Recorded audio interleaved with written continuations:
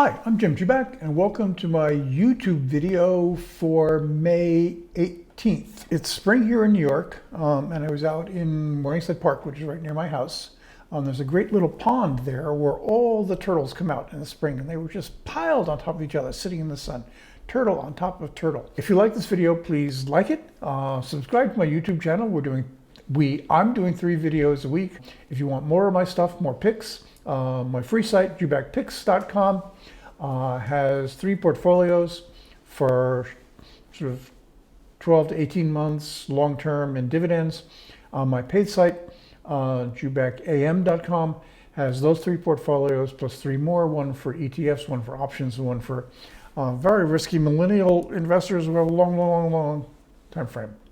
You can find links to all that stuff down below. Last week, I said that I was worried about a consumer credit crunch. Thinking about it over the last week, what I've decided is I was too optimistic.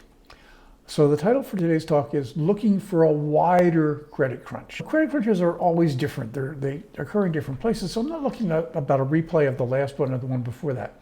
But I'm seeing some troubling signs here, hither and yon, about almost a global credit crunch. Let's look at one US example. So this is a chart of the iShares high yield corporate bond ETF. So this is what known colloquially as junk bonds. And as you can see, this chart really makes the year seem worse than it has been, because this is really only a chart from 86 on the ETF down to 75. So a drop of $10 a share. Recently, it looks like this decline has been accelerating. What we're seeing is signs that corporations in general are in good shape in terms of their credit, but there are some real problems in the high yield market and the junk bond market. This is one for Bausch health companies. They're the parent of Bausch & Lomb. They have a junk bond due in 2028 that started the year at 90 cents on the dollar and has fallen to around 60 cents on the dollar. And as you can see, this is the stock, not the bond.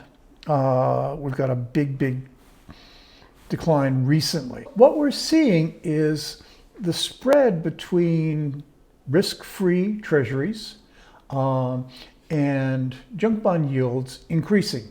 This is what you get when people fear there's more risk in junk bonds.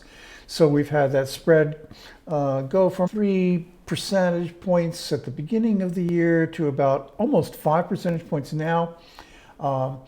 And one of the reasons that people are worried is they're looking at the possibility that earnings, which are what support the bond payments in general, but particularly are crucial to companies with junk bonds who are paying a lot of interest for their money.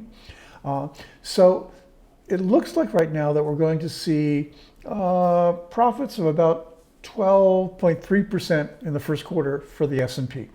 That's extraordinarily high. It'll be the 5th highest profit margin since 2008, but it's down about half a percentage point since the first quarter of 2021. And people are going, okay, the economy's slowing, margins are being compressed, we're looking at a possible recession, so maybe there's going to be some problems with some junk bonds. And once you get problems with some junk bonds, what happens is the spread for all junk bonds to treasuries increases, putting more pressure on companies that have a lot of debt. As I said at the beginning of this is not just a U.S. problem. And one of the concerns I have is that we're looking at a worldwide sort of crunch beyond consumers. So this week we had the default of another Chinese property developer, couldn't pay its debt. This is one called Sunac.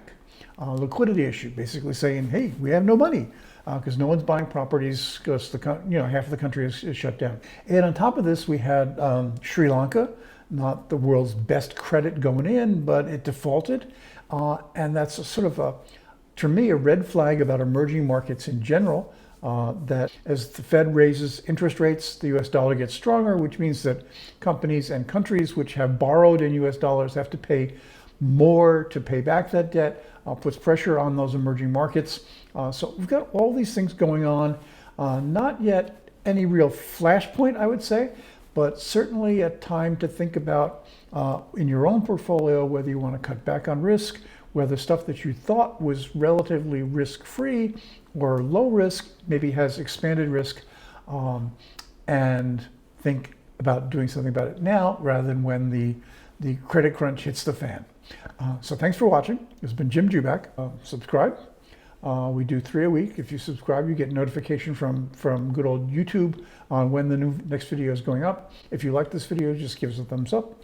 If you want more of my stuff, you can go to my free site, jubakpicks.com, 3 portfolios, lots of stock picks, or you can go to my paid site, jubakam.com, which has 6 portfolios and includes options and ETFs. And you'll find links to those all down below. Thanks for watching.